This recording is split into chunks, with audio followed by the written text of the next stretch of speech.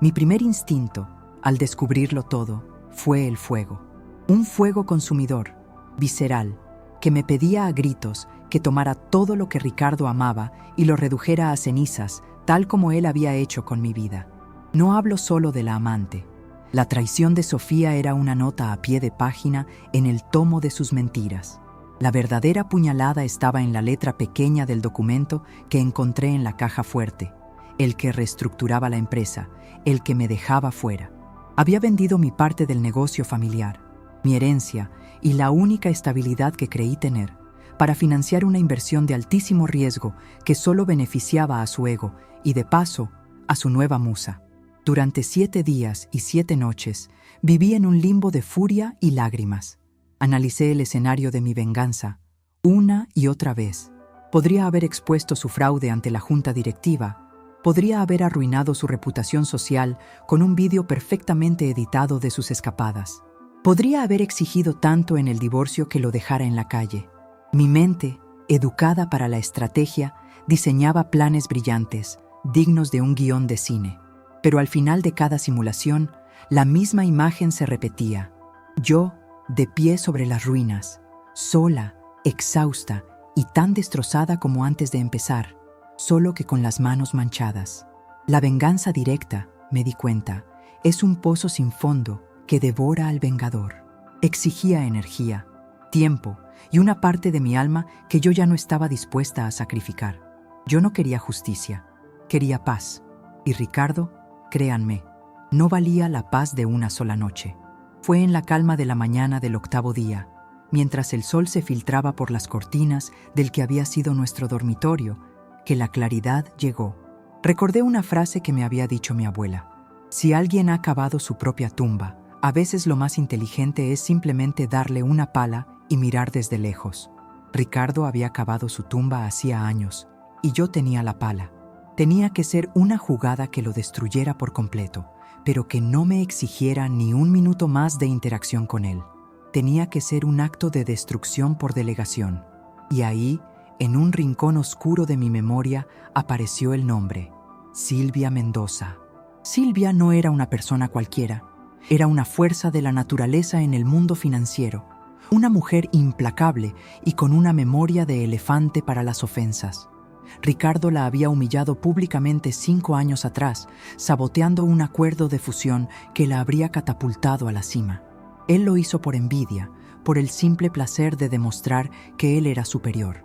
En la fiesta de gala de ese año, después del desastre, recuerdo haberla visto en un rincón. Su mirada, gélida y contenida, no me asustó, me fascinó. Ella me dijo, con una voz baja que no admitía réplica: el fracaso de Ricardo es solo cuestión de tiempo, y cuando ocurra, yo seré la primera en verlo caer. La paciencia es la herramienta más afilada del verdugo.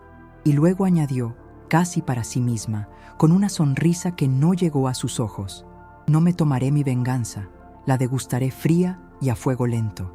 Ricardo, con la arrogancia de siempre, creyó que Silvia había olvidado. La ignoró, se burló de ella en círculos cerrados y siguió con su vida de mentiras y éxitos robados. Pero yo, la espectadora silenciosa y ahora víctima, sabía que Silvia no había olvidado nada. Simplemente estaba esperando el momento de máxima vulnerabilidad. Y ese momento había llegado.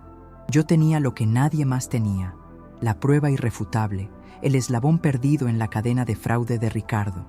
Era el nombre de la empresa fantasma en Panamá y la clave de acceso a una cuenta bancaria offshore donde había desviado fondos clave, no solo míos, sino también de su mayor cliente. Lo peor de todo es que este desvío estaba enlazado de forma sutil, pero clara, al sabotaje de aquel acuerdo que arruinó a Silvia. La información que yo poseía no solo hundiría a Ricardo por el fraude actual, sino que la conectaría con su crimen anterior, permitiendo a Silvia cerrar un círculo de 5 años. La venganza por proxy no requería gritos ni dramas, requería precisión. Creé un correo electrónico desechable. El proceso duró menos de 1 hora. Fui metódica, obsesiva con el rastro digital, 3 capas de VPNs, una conexión anónima y un borrado impecable de metadatos. El mensaje que escribí a la dirección corporativa de Silvia fue el texto más breve y letal que había redactado en mi vida. Mendoza, la verdad sobre la quiebra de Proyectos Delta no está en los balances. Está en la cuenta Vesta en Panamá. Busque el código RC190820. Es la misma estructura que usó para el desvío actual de fondos de Inversiones Fénix. Él nunca cambia. ATE, una ex socia. Solo eso. Ni una amenaza, ni una explicación emocional. Pura información, desnuda y lista para ser utilizada. Un chivatazo, como lo llamé. Un regalo silencioso envuelto en la frialdad del desapego. Un empujón suave a un hombre que ya estaba colgando de un precipicio. Cuando pulsé enviar, no sentí la euforia de la victoria, sino la liberación del peso. Era como soltar una piedra gigantesca que había estado cargando sobre mi espalda. Mi trabajo había terminado.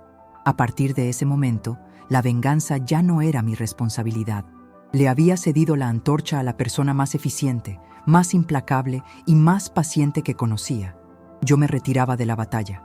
Silvia acababa de entrar en guerra. Las siguientes semanas fueron tensas. Ricardo actuaba extraño, ansioso. Recibía llamadas a deshoras, susurrando en su despacho.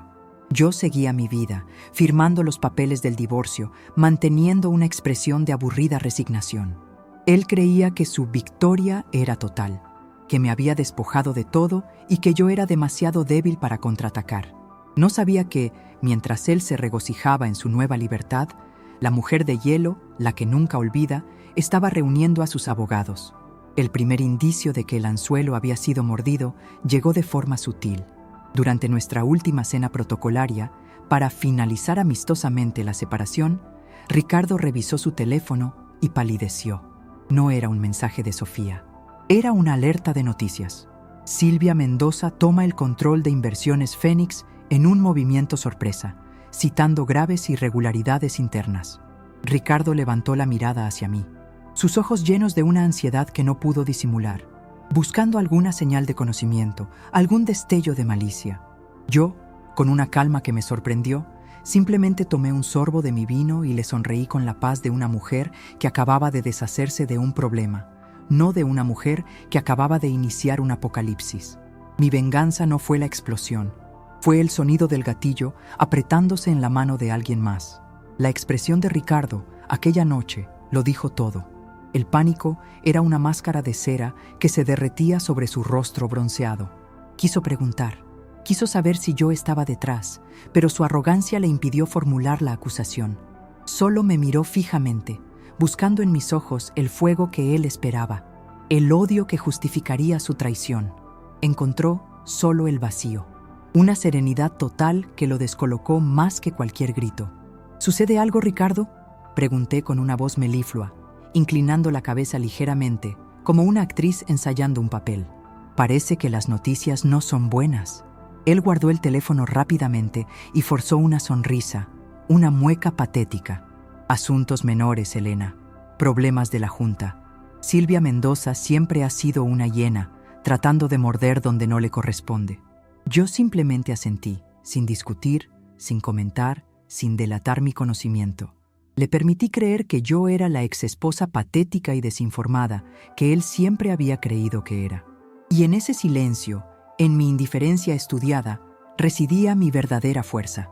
La cena terminó con una incómoda formalidad, y cuando salí de allí, no sentí alegría. Sentí el alivio de haber entregado mi dolor a un ejecutor más competente. A partir de ese día, la vida de Ricardo se convirtió en un descenso lento y constante, orquestado con una precisión quirúrgica por Silvia Mendoza. Yo no tuve que mover un solo dedo, no tuve que gastar ni un minuto de mi valiosa paz mental. Solo tenía que leer la prensa económica. Silvia no era solo una rival de negocios, era una depredadora que había sido herida. Una vez que tuvo el código RC190820, el que vinculaba el fraude de Fénix con la caída de Delta hace 5 años, no se conformó con hundirlo financieramente. Se propuso desmantelar su legado y su reputación. Ella no quería su dinero, quería su cabeza. La primera noticia impactante llegó 3 semanas después. Ex socio de Ricardo Ventura presenta demanda masiva por fraude y manipulación de activos. No era mi demanda. Era la de un antiguo colega de Ricardo, alguien que él había usado y desechado hacía años, y que ahora, gracias a la información de Silvia, había encontrado el agujero legal para atacar. Silvia no solo utilizó la información, sino que la distribuyó estratégicamente para que otros damnificados se unieran al festín. El efecto no fue de una explosión controlada, fue una reacción en cadena. Yo había vuelto a mi trabajo de consultoría, recuperando clientes que Ricardo me había quitado con su manipulación. Me mudé a un apartamento pequeño, pero lleno de sol, y comencé a pintar de nuevo. Mi vida se estaba reconstruyendo desde la base de mi propia fuerza, no sobre la debilidad de su caída. Y esa era la parte más gratificante. Mi venganza era mi propia felicidad reencontrada, mientras la suya era su destrucción inevitable.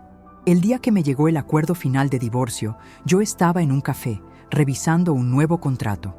Ricardo había aceptado sin luchar mis términos, que eran razonables, pero no generosos. Necesitaba desesperadamente evitar un tribunal de familia, porque su nombre ya estaba siendo arrastrado por todos los juzgados mercantiles. Firmé sin dudar. Cuando la abogada me preguntó si me sentía victoriosa, respondí, no, me siento libre. La verdadera humillación para Ricardo, sin embargo, no fue la pérdida de dinero ni la quiebra de Fénix. Fue el descubrimiento de que la amante, Sofía, una mujer tan oportunista como él, lo abandonó en cuanto se enteró de la primera citación judicial. Sofía, que había jurado amor eterno, desapareció con una parte del capital que Ricardo había logrado salvar a escondidas. Ella no era una víctima, sino otra de sus proxies de destrucción. Cuando me enteré, no pude evitar una sonrisa. El karma, pensé, a veces no es ciego, simplemente es muy paciente. Unos meses después, sucedió el golpe de gracia. Silvia Mendoza no solo había recuperado su reputación y el proyecto que Ricardo había saboteado, sino que había presentado pruebas irrefutables de evasión fiscal y lavado de dinero. La noticia fue primera plana. Ricardo Ventura, el gran estratega, el hombre que creía que su inteligencia estaba por encima de la ley, fue arrestado. Recuerdo la imagen. Él saliendo del edificio de oficinas, esposado, con un traje carísimo que ahora parecía un disfraz ridículo. Su rostro no mostraba la rabia o la desesperación, sino la incredulidad absoluta. No podía entender cómo había sucedido, cómo su vida se había desmoronado sin que yo, su víctima más obvia, hubiera participado activamente. Él buscaba la mano enemiga, el puñetazo directo, sin darse cuenta de que había sido un golpe de billar, indirecto y mucho más letal. Silvia, la proxy, no solo lo había arruinado, sino que lo había hecho en público, con una sonrisa helada que se extendía en todas las portadas de revistas. Ella había conseguido lo que yo nunca habría podido, una venganza total, legal, y que lo dejaría fuera de juego por muchos, muchos años. Nunca volví a hablar con él. Nunca le envié un mensaje sarcástico o una nota de triunfo. Mi silencio fue mi arma final. Mi lección no fue sobre lo dulce que sabe la venganza, sino sobre lo caro que es ejercerla. Yo elegí la paz y la reconstrucción. Elegí que el trabajo sucio lo hiciera un tercero con más recursos y más sed de sangre que yo. Yo solté el peso y observé, desde la comodidad de mi nueva vida, cómo Ricardo se hundía no por mi mano, sino por la suya propia, acelerado por un empujón discreto de su archienemiga. El día que firmé los papeles del divorcio, sentí que la historia se cerraba, pero en realidad, ese día abrí la puerta a mi futuro. Y mientras Ricardo contempla las barras de su celda, sin entender quién lo arruinó de verdad, yo solo recuerdo mi promesa. Para vengarme de mi ex, no hice nada. Simplemente le di un chivatazo y dejé que el destino y Silvia Mendoza hicieran el resto. Y fue la venganza más exquisita de todas, porque no me costó ni un gramo de mi serenidad. Nunca olvides que, a veces, la forma más inteligente de vengarse es darle a tu enemigo el arma de su propia destrucción y permitir que otro apriete el gatillo.